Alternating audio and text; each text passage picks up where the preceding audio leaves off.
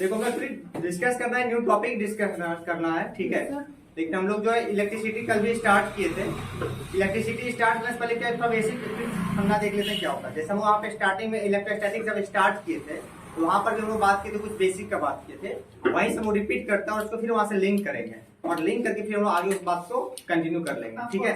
तो 2 मिनट के लिए हम वहाँ से आगे चलते हैं, फिर वहाँ से आगे हम लोग कंटिन्यू आ जाएंगे। तो हम लोग को नॉर्मली जब सबसे पहले टॉपिक स्टार्ट करने की बात है तो हम लोग वहाँ पे इलेक्ट्रोस्टैटिक्स की बात किए थे, ठीक है। और इलेक्ट्रोस्टैटिक्स से ही हम लोग को बात को कंटिन्यू आगे करते हैं। तो सबसे पहले देखते हैं इलेक्ट्रोस्टैटिक्स होता क्या है और फिर वहाँ से हम लोग बातचीत को आगे करेंगे, ठीक है।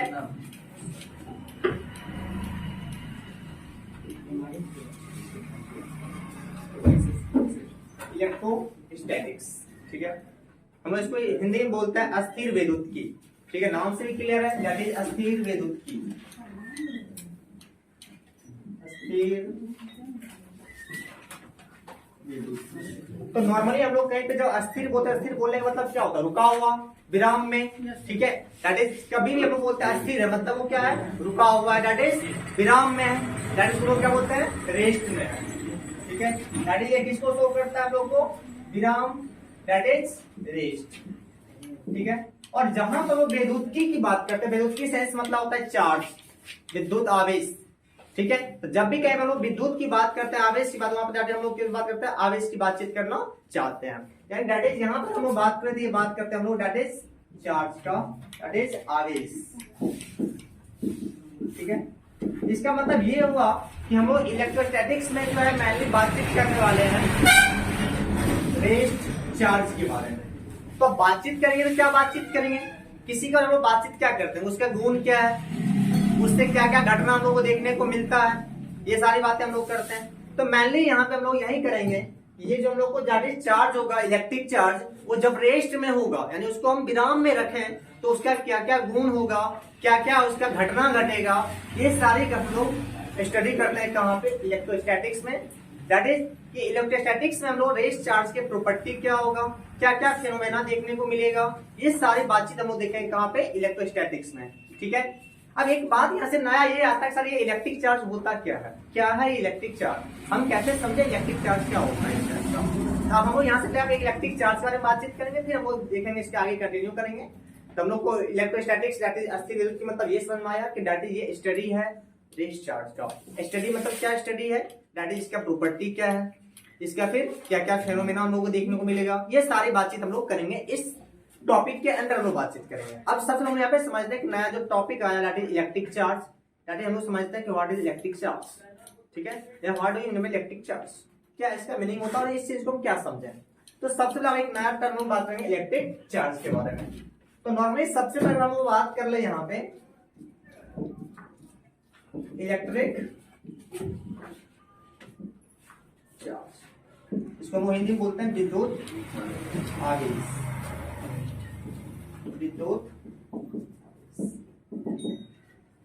विद्युत आवेश से हम लोग को थोड़ा सा इसको केमिस्ट्री से लिंक कर लेते हैं। हम लोग जानते हैं कि दुनिया में जितना भी सब्सटेंस, हम लोग यूनिवर्स में जितने भी सब्सटेंस है उसको हम लोग कंटिन्यू ब्रेक करते चलते हैं, तब लोग एक ऐसा टाइम आता है उसमें एटम होता है, यानी कि ब्रेक करेंगे तो मॉलिक्यूल मिलेगा, मॉलिक्यूल से एटम मिलेगा। और एटम जो हम लोग को जॉन डाल्टन का जो स्टेटमेंट था कि एटम को ब्रेक नहीं कर सकते हैं, बट आफ्टर 100 ईयर्स जो है बहुत सारे साइंटिस्ट स्टेट में रिसर्च किए और एटम को फाइनली वो क्या हुआ, ब्रेक कर दिए और डिफरेंट टाइप के फंडामेंटल पार्टिकल में यानी कि सब एटॉमिक पार्टिकल को क्या हुआ, ब्रेक किए। अप्रोक्सीमेट 36 टाइप का हम लोग को देखा गया था, जिसमें कि electron, proton, neutron, positron, meson, neutrino, anti particle, anti electron, anti proton, approximately 36 type का पार्टिकल हम लोग को देखने को मिला था। उसी 3 में से हम लोग होता था इलेक्ट्रॉन, प्रोटॉन, न्यूट्रॉन, जिसको वो बोलते थे फंडामेंटल पार्टिकल, ठीक है। फंडामेंटल बोलने के पीछे कंसेप्ट ये था कि जो सारे एटम में, यानी कि कोई भी अगर एटम है उसमें डेफिनेटली इलेक्ट्रॉन, प्रोटॉन प्रेजेंट और न्यूट्रॉन प्रेजेंट होगा, इसीलिए इसको लोग बोलते हैं फंडामेंटल पार्टिकल। दैट इज अगर हम लोग बात कर ले कि अगर ये कोई सब्सटेंस है और डेफिनेटली अगर इसमें एटम होगा तो एटम होने के साथ साथ हम लोग को पता है कि इसमें एक न्यूक्लियस होगा और न्यूक्लियस में कौन होगा, प्रोटॉन और न्यूट्रॉन, और इसके अराउंड सर्कुलर ऑर्बिट होगा, दैट इज जिसको वो सेल बोलते हैं, उसमें इलेक्ट्रॉन क्या होता है, कंटिन्यू रिवॉल्व करते रहता है। और यहाँ पे हम लोग को 3 बात आया, एक इलेक्ट्रॉन, दूसरा प्रोटॉन, तीसरा न्यूट्रॉन, और इसी तीनों को हम लोग क्या बोलते हैं, फंडामेंटल पार्टिकल, फंडामेंटल पार्टिकल।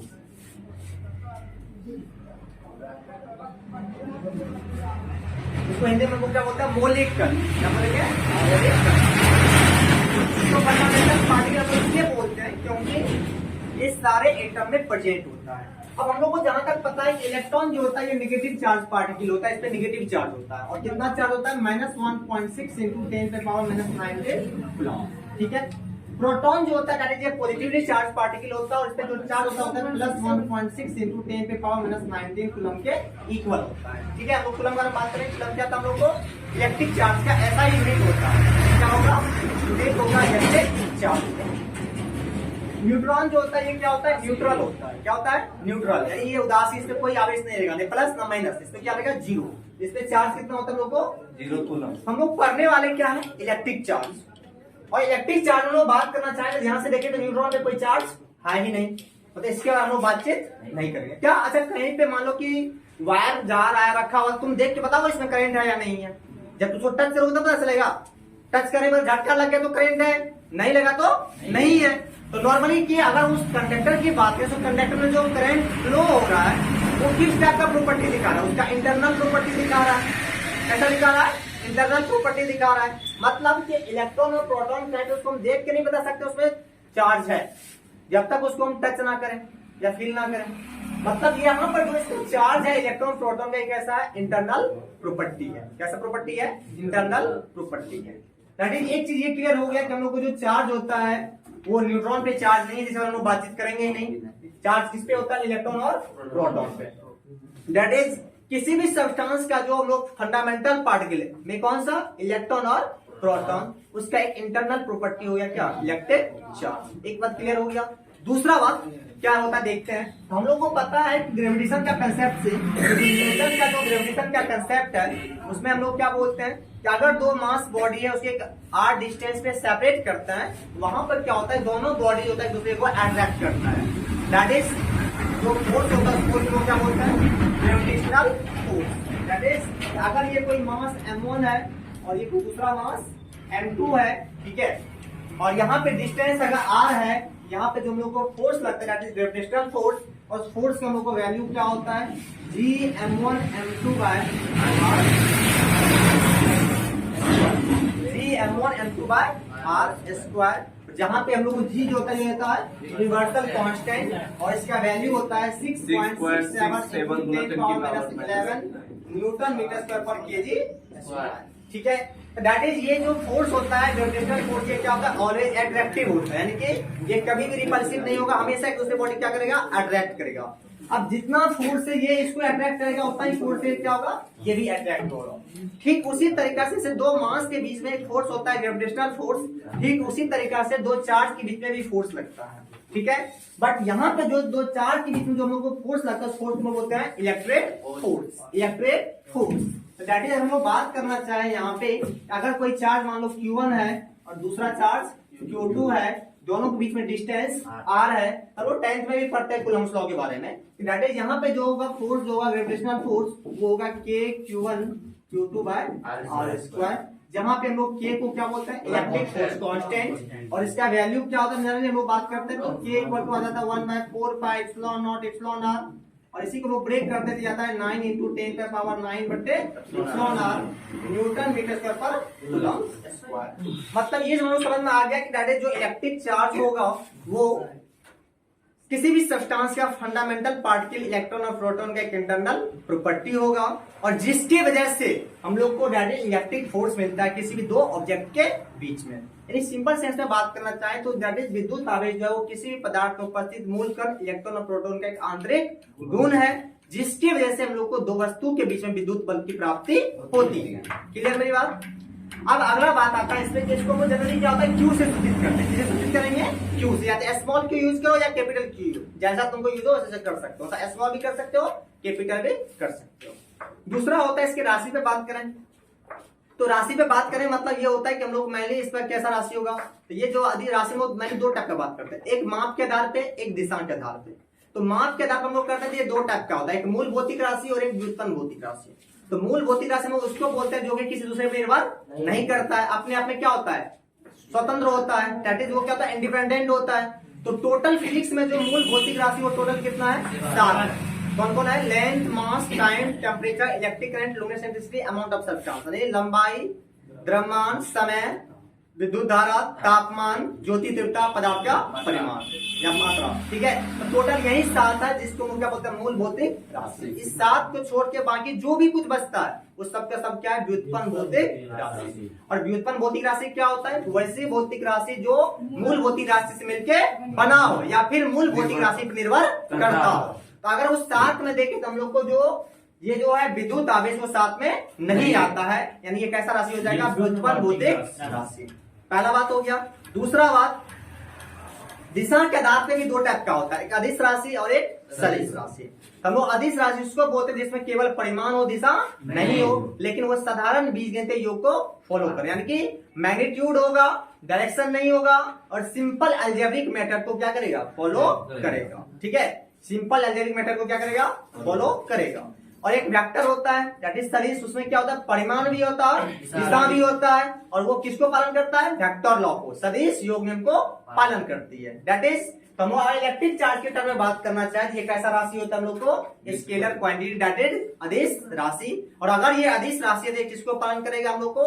साधारण बीजगणितीय योग, that is simple algebraic method. ठीक है, यानी विद्युत आवेश का हम लोग को रफली आइडिया आ गया कि विद्युत आवेश क्या क्या हम लोग को देखने को मिलेगा। ठीक है, अब हम लोग लॉजिकली जानते हैं कि दुनिया में कोई भी चीज उसका 2 स्टेट होता है, या तो रेस्ट में होगा या फिर मोशन में होगा। ठीक है, अब मोशन में भी हम लोग 2 टाइप से बात कर लेते हैं, या तो यूनिफॉर्म मोशन में होगा या फिर वो नॉन यूनिफॉर्म मोशन में होगा। मतलब या तो समरूप गति में रहे या फिर वो असमरूप गति में रहे, 2 ही चीज हो सकता है। तो हम लोग तीनों केस बात कर सकते हैं, एक रेस्ट वाला केस, एक यूनिफॉर्म मोशन और एक हम लोग को नॉन यूनिफॉर्म मोशन। अब तीनों केस पे लेके देख लेते हैं, फिर यहाँ से वो टॉपिक को रिलेट करेंगे आगे की ओर। ठीक है,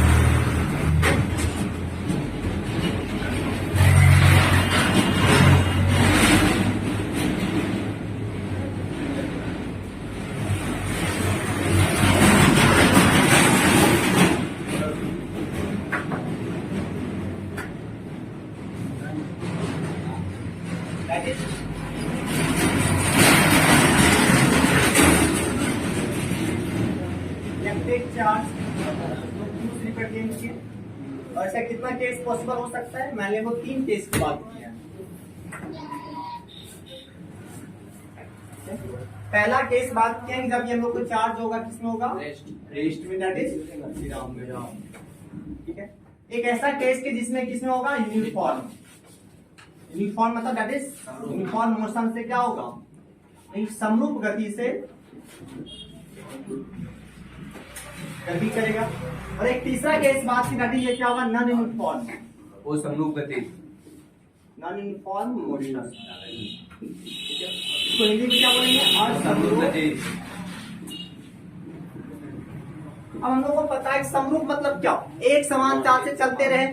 जैसे मान लो कि तुम लोग रोड पे देखता होगा बहुत आदमी को हाथ प्लास्टर पकड़ लिया है, धीरे से कान मोच ला के दे रहा है, चल रहा है, उसका गाड़ी में बढ़ता है नहीं घटता है, एक समान चाल से, उसी को बोले समरूप।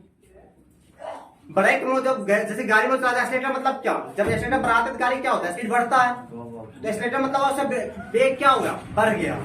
ब्रेक लगाते हैं क्या होता है? ब्रेक लगाने पे उसका वेग क्या होता है? घटता है।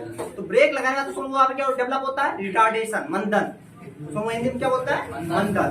तो एक्सीलेटर वो इसलिए उसको होता है क्योंकि वो एक्सीलरेट करता है बाइक को। ठीक है, तो अगर कोई समरूप गति से गति करना स्टार्ट करता है तो इस केस में इसका जो त्वरण हो जाता है वो क्या हो जाता है? 0, क्योंकि वेग में परिवर्तन हो ही नहीं रहा है, तो त्वरण क्या हो जाएगा? 0।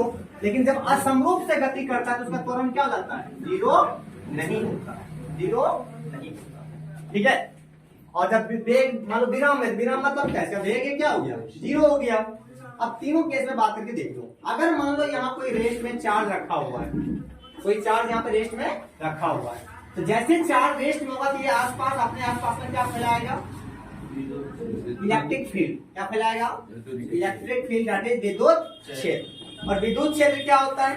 दैट इज सिंपल समझो। हम लोग एक कहावत होता है हम लोग बिहार में फेमस कि अपना सिवा कुत्ता भी बताओ। मतलब क्या? तो कुत्ता का भी क्या एक सीमा है, वो सीमा तक ही भोगेगा, सीमा पार करेगा तो भी शाम से बोलेगा निकल दे बेटा। मतलब कि एक लिमिट तक ही वो अपना क्या होगा? पावर दिखाता है। एक क्षेत्र में ही वो अपना क्या होगा? पावर दिखाएगा। कहने का मतलब ये हो गया कि एक एरिया होता है, एरिया में क्या होता है? वो अपना पावर दिखाता है। और जैसे वो अपने से एरिया से दूर होता है तो क्या तो उसका पावर घटना शुरू हो जाता है। उसी तरीके से यहाँ पे आवेश का भी एक अपना एरिया होता है, एक क्षेत्र होता है जिसमें ये अपना प्रभाव दिखाता है। प्रभाव मतलब क्या इसका क्या प्रभाव दिखा सकता है, तो ये प्रभाव दिखाएगा अपना बल लगाएगा। कैसा बल लगाएगा? विद्युत बल। यानी कि विद्युत क्षेत्र एक ऐसा क्षेत्र हुआ जिसमें अगर कोई बाहरी आवेश आएगा उसको क्या महसूस होगा? विद्युत बल महसूस होगा। नहीं, अगर कोई आवेश हम लोग को रखा हुआ है, ठीक है, तो दैट इज यहाँ पे हम लोग बात करते हैं कि इस पे क्या उत्पन्न होगा? विद्युत क्षेत्र उत्पन्न होगा। इस केस में हम लोग को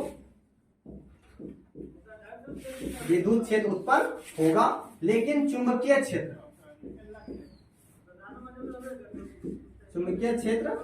ये क्या होगा? उत्पन्न नहीं, यानी कि इलेक्ट्रिक फील्ड होगा और मैग्नेटिक फील्ड नहीं होगा। ठीक है, तो दैट इज चार्ज को जब हम लोग रेस्ट में रख देते हैं, तो रेस्ट में रखने के बाद जो हम लोग स्टडी करते हैं चार्ज को, स्पेशली चार्ज रखेंगे, स्टडी करेंगे कब? रेस्ट में रख करके।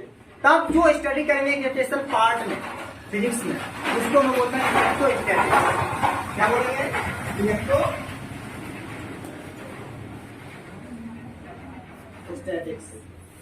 इसको हिंदी में बोलेंगे अस्थिर विद्युत फील्ड। यानी जब हम लोग इलेक्ट्रिक चार्ज को लिए, उसको रेस्ट में रख दिए और उसको स्टडी करना स्टार्ट किए, ठीक है, तो दैट इज हम लोग उसको बोलेंगे इलेक्ट्रोस्टैटिक्स। क्या स्टडी करेंगे? तो उसका गुण क्या है, इससे कौन कौन घटना होगा, उसका प्रॉपर्टी क्या है, क्या क्या फेनोमेना होगा, ये सारी बातें करते हैं।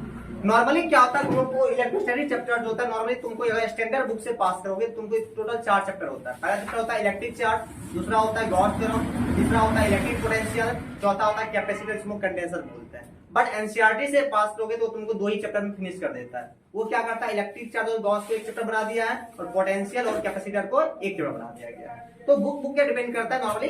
तो यहाँ से तुमको नॉर्मली ये क्या होगा, तुमको इलेक्ट्रोस्टैटिक्स में देखने को मिलेगा। फर्स्ट जो तुम टॉपिक पढ़ोगे इलेक्ट्रिक चार्ज। ठीक है, अब हम लोग बात करते हैं जब हम लोग को चार्ज आ जाएगा मोशन में तब क्या होगा। तो अगर ये चार्ज मोशन में आ जाएगा, इस केस में क्या होगा कि जैसे मान लो कोई कंडक्टर है,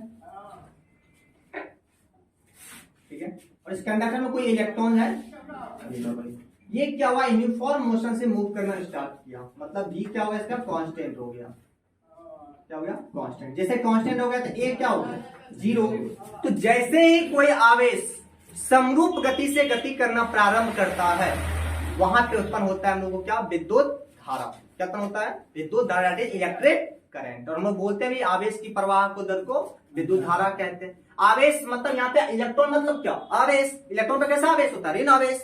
ये भी क्या है? आवेश। ये आवेश क्या करता है? प्रवाह करना शुरू करेगा। अब कोई चीज प्रवाह करेगा, गति करेगा, किसके समय करेगा? समय के साथ ही करेगा ना। जैसे तुम बच्चा था, कुछ दिन बड़ा हुआ, फिर बुढ़ा हुआ, फिर टपक जाएगा। किसके साथ हुआ है? समय के साथ हुआ है। मतलब कि समय के साथ हर चीज में क्या होता है? परिवर्तन होता है। तो ये आवेश जो प्रवाह कर रहा है, ये आवेश जो गति कर रहा है, किसके साथ कर रहा है? समय के साथ कर रहा है। मतलब कि ये आवेश जब हम लोग को यहाँ पे गति करना प्रारंभ करता है, यहाँ पे हम लोग क्या दिखेगा? विद्युत धारा दिखेगा, दैट इज इलेक्ट्रिक करंट।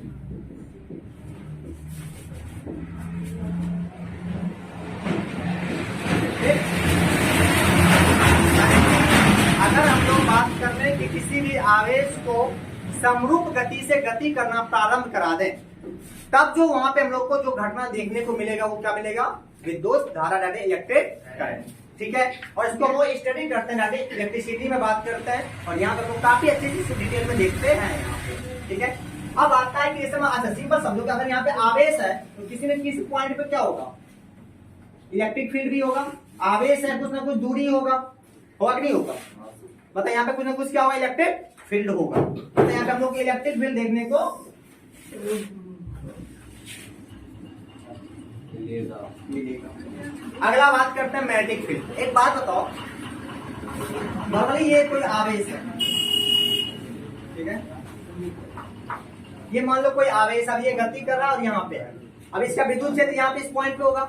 ये आवेश रुका हुआ तो नहीं है ना, गति में है, तो इस समय क्या होगा? यहाँ पे आएगा। कभी क्या होगा? यहाँ पे आएगा। तो जब यहाँ पे आएगा तो दूरी बदलेगा कि नहीं बदलेगा? बदलेगा। यहाँ पे भी दूरी क्या होगा? बदलेगा। दूरी बदलेगा तो विद्युत क्षेत्र बदलेगा कि नहीं बदलेगा? बदलेगा। मतलब विद्युत क्षेत्र में क्या होगा? परिवर्तन होगा। क्या होगा? परिवर्तन होगा। तो लॉजिकली हम लोग जूनियर सेक्शन में बोल देते हैं कि अगर कहीं पे विद्युत धारा प्रवाहित हो रहा है तो वहां पे क्या होगा? विद्युत क्षेत्र उत्पन्न होगा, और विद्युत क्षेत्र में उत्पन्न होने से क्या होगा? वहां पे विद्युत चुंबकीय क्षेत्र उत्पन्न हो जाएगा। देखिए यहाँ पे बात है सर विद्युत क्षेत्र में परिवर्तन या फिर आवेश जब गति कर रहा है सर, आवेश तो है तो विद्युत क्षेत्र होना चाहिए, चुंबकीय क्षेत्र चुंबक होना चाहिए, चुंबक तो है ही नहीं, तो यहाँ पे चुंबकीय क्षेत्र क्यों उत्पन्न होगा। ठीक है, तो यहाँ पे एक क्वेश्चन अराइज हो जाता है, इसका हम लोग हायर सेक्शन से सॉल्व करते हैं कि रियल में एक साइंटिस्ट हम लोग को मैक्सवेल, और मैक्सवेल बोले कि अगर कहीं पे इलेक्ट्रिक फील्ड चेंज करेगा तो वहां पे एक मैग्नेटिक फील्ड डेवलप करेगा, और उसका टोटल 4 रिलेशन होता है। उसमें एक रिलेशन होता है दैट इज हम लोग इलेक्ट्रिक फील्ड और मैग्नेटिक फील्ड के बीच में रिलेशन होता है, और वो रिलेशन होता है that is del cross E equal to minus del B by del T. That is अगर डेल मतलब क्या होता है चेंज, अगर इलेक्ट्रिक फील्ड में कहीं पे चेंज आ रहा है वहां क्या डेवलप होगा मैग्नेटिक फील्ड। ये हम लोग को मैक्सवेल का एक रिलेशन होता है जो कि हम लोग हायर सेक्शन में ग्रेजुएशन में पढ़ते हैं जाके, वहां पर देखने को ये मिलता है। ठीक है, तो यहां से हम ये समझ आ गया कि अगर कहीं पे करंट पास कर रहा है उस कंडक्टर के अराउंड इलेक्ट्रिक फील्ड भी होगा और मैग्नेटिक फील्ड भी होगा। मैग्नेटिक फील्ड क्यों डेवलप करेगा, क्योंकि किसी भी पार्टिकुलर पॉइंट पे इलेक्ट्रिक फील्ड का वैल्यू क्या करेगा चेंज करेगा, क्या करेगा चेंज करेगा। और इसी में हम लोग जाकर जब इलेक्ट्रिसिटी पढ़ना स्टार्ट करते हैं तो मैग्नेट में जाएंगे, तो वहीं पर हम एक टॉपिक पढ़ते हैं that is magnetic effect of current, यानी कि विद्युत धारा का चुंबकीय प्रभाव। क्या हम लोग पढ़े थे ना, विद्युत धारा का रासायनिक प्रभाव, विद्युत धारा का तुम्हारा क्या कहते हैं उसका चुंबकीय प्रभाव। ठीक है, उसके बाद तुम्हारा दिख गया तो थर्मल इफेक्ट, तापीय प्रभाव, उसमें प्रभाव जो होता है। तो नॉर्मली हम लोग यहाँ पे बात करेंगे विद्युत धारा, और यहाँ पे जो मान लो कोई पॉइंट है, छोटा सा पॉइंट है, और यहाँ पे जो हम लोग को चुंबकीय क्षेत्र निकाले आगे चल के, तो वो हम लोग को डीवी का जो वैल्यू आएगा वो आएगा mu nought by 4 pi I D L sine theta बटे आर स्क्वायर। एक साइंटिस्ट होता है बायोट सवार्ड, और वही साइंटिस्ट जो है इस मैग्नेटिक फील्ड का कैलकुलेशन करते हैं, और वही हम लोग को बताते हैं मैग्नेटिक फील्ड क्या होगा। तो जैसे हम लोग इलेक्ट्रिक फील्ड कैलकुलेट करते हैं किसी न किसी प्रोसेस से, गॉस के लॉ से किए थे, तो हम लोग कूलम्ब के लॉ से करेंगे। तो नॉर्मली उसी तरीके से यहाँ पे मैग्नेटिक फील्ड कैलकुलेशन के लिए हम लोग साइंटिस्ट होता है बायोट सवार्ड, और यही बताते हैं, और बताते हैं कि जो मैग्नेटिक फील्ड होगा वो mu nought by 4 pi I D X sine theta by R square के इक्वल होगा। बाकी इसको हम डिटेल में देखेंगे जब हम लोग टॉपिक स्टार्ट करेंगे मैग्नेटिक फील्ड, तब देखेंगे। ठीक है, तो दैट इज जब कोई कंडक्टर से करंट यूनिफॉर्म मोशन में पास करेगा चार्ज, वहां पर लोगों को मिलेगा इलेक्ट्रिक करंट, और इलेक्ट्रिक करंट मिलने के बाद वहां पे क्या होगा कंडक्टर के अराउंड हम लोग को किसी भी पॉइंट पे इलेक्ट्रिक फील्ड भी मिलेगा और मैग्नेटिक फील्ड भी मिलेगा। ये हो गया हम लोग को दैट इज यूनिफॉर्म का केस। अगर यही चार्ज पार्टिकल हम लोग को नॉन यूनिफॉर्म में चले जाए, किसमें चले जाए नॉन यूनिफॉर्म। नॉन यूनिफॉर्म कहने का मतलब ये होगा कि ये पार्टिकल है, अब ये किस में आ रहा है मोशन, और किस टाइप का मोशन में आ रहा है नॉन यूनिफॉर्म, यानी कि इसमें केस में क्या होगा कुछ ना कुछ एक्सेलरेशन होगा। यहाँ पे क्या होगा एक्सेलरेशन होगा। अगर एक्सेलरेशन मतलब सिंपल समझो, एक साइंटिस्ट है हम लोग को रॉन्टजन, ठीक है, जो कि एक्सरे का हम लोग को खोज किए थे, डिस्कवरी ऑफ एक्सरे, जो लोग अभी एक्सरे करवाते हैं। ठीक है, उसके पीछे लॉजिक क्या था सब, वो क्या किया कि वो इलेक्ट्रॉन लिए, ठीक है, और इलेक्ट्रॉन को किसी मेटालिक सरफेस पे हिट किया। जैसे मान लो यहाँ पे कोई इलेक्ट्रॉन है, इलेक्ट्रॉन मतलब क्या आवेशित कण, चार्ज, दैट इज चार्ज, और ये कोई मान लो मेटालिक सरफेस है, क्या है मेटालिक सरफेस है, तो इस पे क्या हुआ इसको हिट किया मतलब कुछ ना कुछ फोर्स से इसको यहाँ पे फेंक दिया। ठीक है, तो जैसे मान लो यहाँ पे हम फेंक दिए इसको, इधर गया, समझो लॉजिकली समझो कि अगर हम इसको 1 न्यूटन से भी फेंके होंगे तो क्या हुआ, F बराबर मान लो 1 न्यूटन का क्या फोर्स लगाते हैं, क्या आता है 1 न्यूटन का फोर्स लगाते हैं। तो फोर्स लगाने के बाद क्या होगा ये देखेंगे। एक बात तो हम लोग को एक रिलेशन पता है F बराबर ma, पता है F बराबर ma। यहाँ पर हम एक की बात करते हैं, एक क्या हो जाएगा F बटे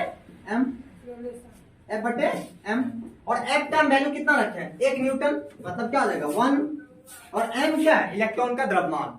इलेक्ट्रॉन द्रव्यमान हम लोग को पहले से पता है 9.1 into 10 पे पावर 31। इस 9.1 को छोड़ ही दो 2 मिनट के लिए, इसको अभी रहने दो, एक पॉइंट याद हो, ये माइनस जाएगा तो ऊपर क्या जाएगा प्लस, यानी क्या हो जाएगा 10 पे पावर 31, इसको चाहो तो 32 कर लो, 10 की पावर 32 बटे 1 पे 32 बाय 91 मीटर पर सेकेंड स्क्वायर। तुम 91 को अगर इग्नोर भी मार दो ना तो 10 पे पावर 32, दैट इज बहुत ज्यादा वैल्यू आने वाला है। मतलब कि अगर किसी हम इलेक्ट्रॉन को 1 न्यूटन के फोर्स से किसी मेटालिक सरफेस पे हिट करे तो वहां पे जो एक्सेलेरेशन डेवलप होगा वो अप्रोक्सीमेटली 10⁻32 मीटर पर सेकेंड स्क्वायर का एक्सेलेरेशन डेवलप होगा। प्लस में हम बोल रहे हैं ना कि माइनस में। ये वैल्यू बहुत ज्यादा होने वाला है। क्या होगा? बहुत ज्यादा होगा। और चार्ज जैसे एक्सेलरेट होता है, चार्ज जैसे एक्सेलरेट होता है, ये क्या होता है? तुम्हारा एनर्जी रेडिएट करना स्टार्ट करता है। याद करो तुमको पढ़ाया कि इलेक्ट्रिक पोटेंशियल एनर्जी। तो तुमको हम बार बार बोलते थे कि अनंत से विद्युत क्षेत्र के अंदर किसी बिंदु तक धीरे धीरे लाने में, धीरे धीरे क्यों ला रहे थे? क्योंकि जैसे तेज करेंगे तो उसमें क्या होगा? त्वरण होगा। त्वरण होगा तो उसमें क्या होगा? ऊर्जा उत्पन्न होगा। ऊर्जा से क्या होगा? लॉस कर जाएगा। मतलब फाइनली उसका हम ऊर्जा कैलकुलेट नहीं कर पाएंगे। इसीलिए हम लोग क्या बोलते थे? धीरे धीरे लाने। मतलब जैसे ही कोई चार्ज पार्टिकल एक्सलेट होगा तो वहां पे क्या होगा? एनर्जी रेडिएट करेगा, एनर्जी लॉस होगा। ठीक है। फाइनली यहाँ पे अगर कोई चार्ज पार्टिकल एक्सलेट हो जाता है वहां पे एक वेव उत्पन्न होता है, तो बोलते हैं इलेक्ट्रोमैग्नेटिक वेव। इलेक्ट्रोमैग्नेटिक वेव जो कि हम लोग को आगे भी जाके पढ़ना है। ठीक है। जब हम लोग बात करते हैं, तुम लोग 10th में पढ़ा होगा, प्रकाश जो एक विद्युत चुम्बकीय तरंग है, इलेक्ट्रोमैग्नेटिक वेव है। इलेक्ट्रोमैग्नेटिक वेव हम उसको बोलते हैं जो कि वैक्यूम में भी ट्रेवल कर सकता है। ठीक है। तो एक साइंटिस्ट है मैक्स प्लांक। ठीक है। वहीं से कंसेप्ट आता है, हम लोग वहां पे बहुत सारे साइंटिस्ट के बीच में आता है, जब हाइगेंस आता है, न्यूटन, बहुत सारे साइंटिस्ट, लाइट हम लोग बहुत पढ़ेंगे, ऑप्टिक्स में पढ़ेंगे हम लोग, बहुत अच्छे से बात करेंगे। तो डायरेक्ट इलेक्ट्रोमैग्नेटिक वेव की बात करेंगे हम लोग। तो इलेक्ट्रोमैग्नेटिक वेव क्या होगा? जब कोई चार्ज पार्टिकल, ठीक है, एक्सलेट करता है, तो एक्सलेट करने के बाद क्या होता है? वो इलेक्ट्रोमैग्नेटिक वेव हम लोग को डेवलप करता है। तो सिंपल सेंस में बात करना चाहे, अगर कोई चार्ज पार्टिकल एक्सलेट कर जाए, क्या कर जाए? एक्सलेट कर जाए। अगर मान लो ये कोई चार्ज है और ये क्या हो जाए? एक्सलेटेड हो जाए, त्वरित हो जाए, यानी क्या आ जाएगा? त्वरित हो जाएगा। यहाँ पे क्या डेवलप होगा हम लोग को? Electromagnetic wave. इलेक्ट्रोमैग्नेटिक तरंग क्या होगा? Electromagnetic wave. इसको हिंदी में बोलेंगे विद्युत चुम्बकीय तरंग। ठीक है। अब क्या होता है कि अब जैसे एक्सरे घटा होता है, एक्सरे में क्या होता है कि ऐसे हम लोग जो रॉन्टजन थे वो क्या हुआ? किसी चार्ज पार्टिकल इलेक्ट्रॉन के लिए बीम ऑफ इलेक्ट्रॉन, उसको किसी मेटालिक सरफेस पे हिट किए। तो मेटालिक सरफेस पे जैसे हिट किए तो वहां पे क्या देखे? एक स्पेशल टाइप का रे इमिट हुआ। उसको देख के रॉन्टजन चौंक गया, ये क्या हो रहा है? What happens? क्या हो रहा है? ये उसको समझ नहीं आ रहा था, लेकिन वो इसको इतना समझ में आया कि कुछ ना कुछ रे आया है। इतना समझ में आया उसको, कुछ ना कुछ रे यहाँ पे डेवलप हुआ है, कुछ ना कुछ रे प्रोड्यूस हुआ है, जो कि हाईली एनर्जेटिक है, जो कि हाईली एनर्जेटिक है। उस तत्काल उसको माइंड में कोई नाम नहीं आ रहा था, तो उस लोग हम लोग बोलते हैं लेट अस कंसीडर एक्स, वही हाल उसके साथ था। वो बोला था कुछ भी होगा बाद में देखेंगे, अभी इसको बोल देते हैं एक्स रे, और बोलते हैं एक्स रे है। बेचारा ये नाम देके मर गया। हम लोग उसी नाम को आज भी ढो रहे हैं, एक्सरे एक्सरे एक्सरे। आज उसका एक्स नाम नहीं है, वो उस टाइम रखे थे कंसीडर करके, और आज भी उसको एक्सरे एक्सरे बोलते आ रहे हैं। ठीक है। एक्सरे जो होता है ये काफी एनर्जेटिक होता है। हम लोग बोलते हैं ना कि एक्सरे में क्यों यूज करते हैं, फ्रैक्चर केस में यूज करते हैं। तो फ्रैक्चर में क्या होता है? अगर तुम एक्सरे करोगे तो तुम्हारा बॉडी का जो मसल्स होता है, मसल्स को क्या करता है? क्रॉस कर जाता है। बट हम लोग का जो बोन्स है उसको क्रॉस नहीं करता है। तो जैसे तुम लोग देखना, तुम लोग का छाया बनता है ना, जैसे धूप में चलना, रात में चलना, ठीक है, तो जब चांदनी रात में आता तुम चलोगे तुम्हारे पीछे पीछे छाया चलता है। हम उसको पकड़ने की कोशिश करते हैं कभी कभी, अगर दूर जाएगा तो लंबा हो जाता है, लंबा छोटा होते रहता है छाया। मतलब क्यों होता है? वो तुम्हारा शरीर का क्या होता है? छाया तक बनता है। ठीक है। मतलब वही होता है कि वो तुम्हारे शरीर को लाइट पास नहीं कर पाती, तुम्हारा क्या बन जाता है? वो छाया बन जाता है। उसी तरीका से ये जो एक्सरे होता है, जब हम लोग को बॉन्ड से पास करता है, बॉन्ड को क्रॉस नहीं कर पाता, तो क्रॉस नहीं करेगा तो उसका क्या बनेगा? शैडो बनेगा, छाया बनेगा। वो छाया कहाँ बनता है? फोटोग्राफिक प्लेट पे। जो हम लोग देखते हैं वो फोटो फाइबर जैसे देखता होगा, उसको बोलते हैं फोटोग्राफिक प्लेट। उसी पर हम लोग को मिलता है शैडो किसका? बॉन्ड्स का। वहीं अगर मान लो बॉन्ड्स फ्रैक्चर हो गया तो वहां पे क्या होगा? एक्सरे पास कर जाएगा, पास करेगा तो वहां पे शैडो नहीं बनेगा, नहीं बनेगा तो हम लोग बोलते हैं यहाँ पे क्या है? फ्रैक्चर। क्या है? फ्रैक्चर है। मैंने हम लोग इसलिए यूज करते हैं एक्सरे का, मतलब मेडिकल फील्ड बहुत सारा यूज है, रिसर्च फील्ड में होता है, इंजीनियरिंग के फील्ड में होता है, बहुत सारा यूज। हम लोग एक्सरे जब मॉडर्न फिजिक्स पढ़ेंगे तो आप लोग एक्सरे के बारे में बातचीत करेंगे। ठीक है। वहां पर हम लोग डिफरेंट टाइप में बात करते हैं, एक्सरे, गामा रे, अल्ट्रावायलेट रे, इंफ्रारेड रे, डिफरेंट डिफरेंट टाइप का आप लोग रे की बात करेंगे। तो वहां पे इलेक्ट्रोमैग्नेटिक वेव होता है। अब इलेक्ट्रोमैग्नेटिक वेव होता है क्या, थोड़ा समझ लो। जब इलेक्ट्रिक फील्ड और मैग्नेटिक फील्ड दोनों अगर परपेंडिकुलर वाइब्रेट करेगा, जैसे इलेक्ट्रिक फील्ड ले लो और मैग्नेटिक फील्ड ले लो, दोनों अगर परपेंडिकुलर वाइब्रेट करना स्टार्ट कर देता है, वहां पर हम लोग एक स्पेशल टाइप का वेव डेवलप होता है, उसमें बोलते हैं इलेक्ट्रोमैग्नेटिक वेव। जैसे मान लो यहाँ पे कोई इलेक्ट्रिक फील्ड है, ये इधर वाइब्रेट कर रहा है,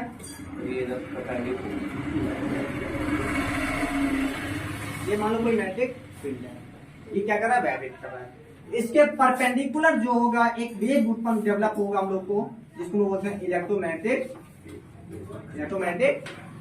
ठीक है। और नॉर्मली हम लोग यहाँ पे इलेक्ट्रिक मैग्नेटिक वेव की बात करते हैं, तो इसका जो स्पीड हम लोग मैंने बात करते हैं, वो लोग स्पीड होता है E/P = यानी कि उस वेव का जो स्पीड होगा वो इलेक्ट्रिक फील्ड और मैग्नेटिक फील्ड के रेशियो के इक्वल होगा, ठीक है।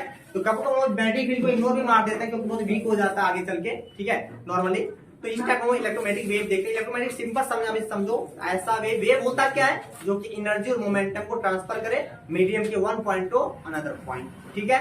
दूसरी बात, इलेक्ट्रोमैग्नेटिक वेव वो होगा जो क्या होगा, वैक्यूम में ट्रेवल। जैसे मान लो कि एक रूम को वैक्यूम कर लो, एक कॉर्नर से साउंड दो, एक कॉर्नर पे लाइट दो, तो तुमको दूसरे कॉर्नर पे साउंड नहीं मिलेगा, लाइट मिल जाएगा। साउंड क्यों नहीं मिलेगा, क्योंकि वहां पे वैक्यूम है, वैक्यूम में साउंड ट्रेवल नहीं करेगा, बट वैक्यूम में लाइट क्या होता है, ट्रेवल करता है। यहाँ से चीज कंफर्म हो जाता है कि तुम्हारा जो लाइट है वो इलेक्ट्रोमैग्नेटिक वेव है। तो जो वेव वैक्यूम में ट्रेवल करेगा उस वेव को हम बोलेंगे इलेक्ट्रोमैग्नेटिक वेव। इसमें डिफरेंट टाइप का हम लोग वेव पढ़ते हैं, अल्फा रे पढ़ेंगे, उसके बाद रे पढ़ेंगे, गामा पढ़ेंगे, उसके बाद क्या कहते हैं हम लोग इंफ्रारेड पढ़ेंगे, माइक्रोवेव पढ़ेंगे, उसके बाद हम लोग फिर अल्ट्रावायलेट पढ़ेंगे, एक्सरे पढ़ेंगे, लाइट पढ़ेंगे। तो डेट हम लोग काफी डीप में पढ़ेंगे इलेक्ट्रोमैग्नेटिक वेव को, जब लोग टॉपिक स्टार्ट करेंगे वहां पे। तो हम लोग मैंने चार्ज का भी 3 केस बात किए। डेट इज पहला बात की हम लोग कि रेस्ट में होगा तो इलेक्ट्रिक फील्ड डेवलप करेगा, मैग्नेटिक फील्ड डेवलप नहीं होगा, और उसके स्टडी करेंगे हम लोग इलेक्ट्रोस्टैटिक्स में करेंगे। उसी चार्ज को अगर हम लोग यूनिफॉर्म मोशन में कर देंगे तो हम लोग को डेवलप होगा, इलेक्ट्रिक करंट मिलेगा, देखने को मिलेगा, और वहां पे इलेक्ट्रिक फील्ड भी होगा, मैग्नेटिक फील्ड भी होगा, ठीक है। अगर उसी चार्ज पार्टिकल को हम लोग एक्सेलरेट कर दें, यानी कि एक त्वरण उत्पन्न दे दे, तो जो डेवलप होगा वहां पे इलेक्ट्रोमैग्नेटिक वेव डेवलप होगा। और इलेक्ट्रो वेव करने मतलब कि उसका जो स्पीड होगा वो काफी अप्रोक्सीमेटली लाइट के स्पीड के इक्वल होगा। और ये जो होगा यहाँ पे हम लोग को वैक्यूम में भी ट्रेवल करेगा।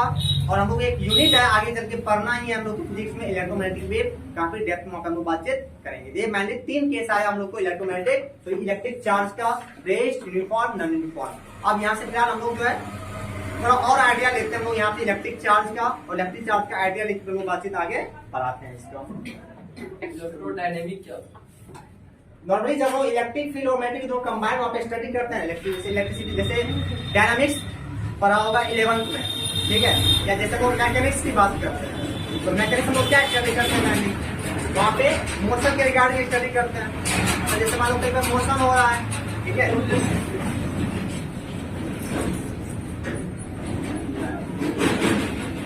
जैसे हम लोग 11th में जैसे हम लोग मैकेनिक्स स्टडी करते हैं, बोलते हैं वो मैकेनिक्स कर रहा है। मैकेनिक्स मतलब क्या होता है कि मोशन के रिगार्डिंग हम वहाँ पे स्टडी कर देते हैं। मान लो कि तुम्हारा स्ट्रेट लाइन में मोशन है, या प्रोजेक्टाइल मोशन है, या फिर सर्कुलर मोशन है, रोटेशनल मोशन है, ठीक है। तो नॉर्मली तुम्हारा जो होता है वहाँ पे देखने को मिलता है हम लोग को, डायरेक्ट मैकेनिक्स वहाँ पे मोशन के रिगार्डिंग वो स्टडी करते हैं, वो डायनामिक्स की सेंस में। ठीक उसी तरीके से हम इलेक्ट्रिक फील्ड की इलेक्ट्रोस्टैटिक्स की बात करते हैं, हम इसको इलेक्ट्रोडायनामिक्स में करने बात करते हैं, ठीक है। फिर वैसे जब लोग फ्लूइड की बात करते हैं, जैसे हम लोग फ्लूइड, तुम लोग केमिस्ट्री में पढ़ा होगा कि जैसे लिक्विड और गैस होता है, तो जो सब्सटेंस फ्लो करता है उसको बोलते हैं फ्लूइड, उसको बोलते हैं फ्लूइड मैकेनिक्स, ठीक है। वहां पर हम लोग देखने को मिलता है इस टाइप का। अब इसी चीज को थोड़ा आगे कंटिन्यू करो, फिर यहाँ से बात करते हैं।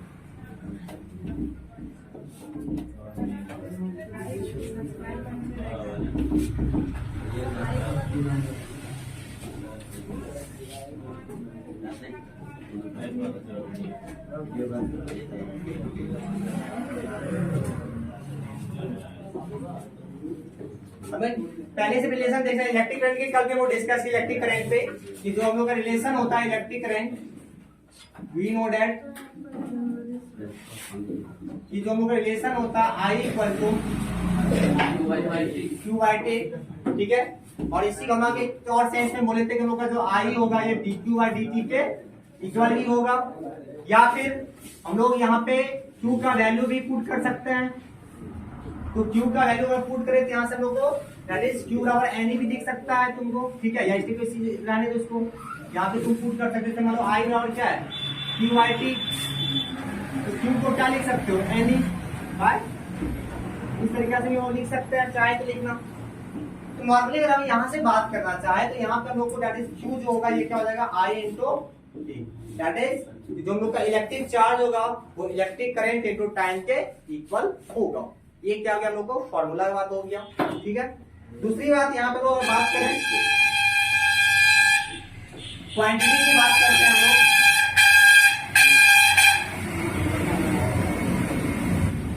ये क्या होगा हम लोग को स्केलर क्वांटिटी होगा।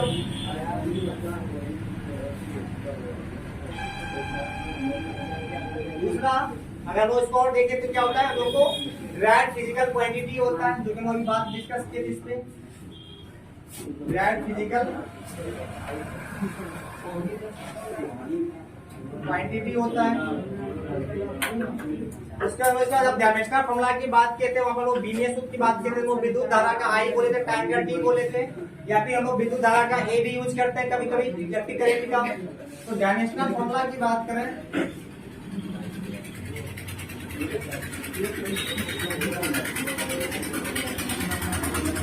तो आईटी बोलो या फिर एटी बोलो, तो काफी बार हम लोग को डायमेंशनल फॉर्मूला पूछ भी लिया जाता है डायमेंशनल फॉर्मूला के रिगार्डिंग आईटी या एटी। फिर अगर डायमेंशन की बात करें यहाँ पे ये हम लोग को डायरेक्ट 1 हो जाता है, लेकिन इस पे जो पावर होता है उसको क्या बोलते हैं डायमेंशन बोलते हैं। यूनिट की बात करें ऐसा यूनिट का दैट इज यहाँ से बात करते हैं इसका क्या होगा आई का एम्पियर और टाइम का सेकेंड।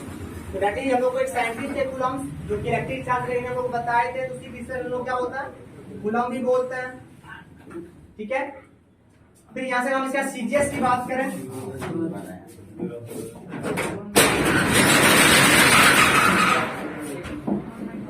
सीजीएस यूनिट की अगर बात करते हैं हम लोग तो क्या होगा कि हम लोग इसको मैनेज होता है। देखो एक साइंटिस्ट जैसे बेंजामिन फ्रैंकलिन जो पतंग उड़ाए थे हम लोग को कान बताए थे पतंग वाला लिखा हो रहता था बच्चा किसी घर पे ऐसा ना करे, तो इस तरीका से क्या हो गया दैट इज हम लोग उसके नाम से भी इसको फ्रैंकलिन बोलते हैं।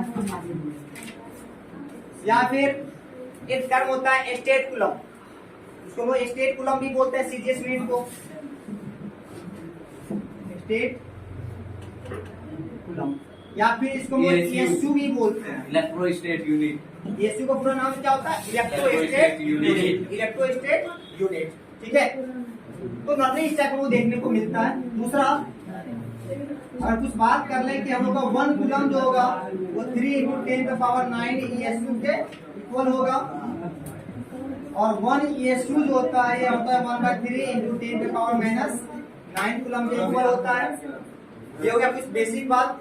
उसके बाद जैसे डिस्टेंस का एक लार्जेस्ट यूनिट होता है तो उसको पार्सेक बोले थे, उसी तरीके से हम लोग को आवेश जो होता है उसका भी दैट इज क्या होता है एक लार्जेस्ट यूनिट होता है उसको क्या बोलता है फैराडे, ठीक है। दैट इज का जो सबसे बड़ा मात्रक होता है हम लोग को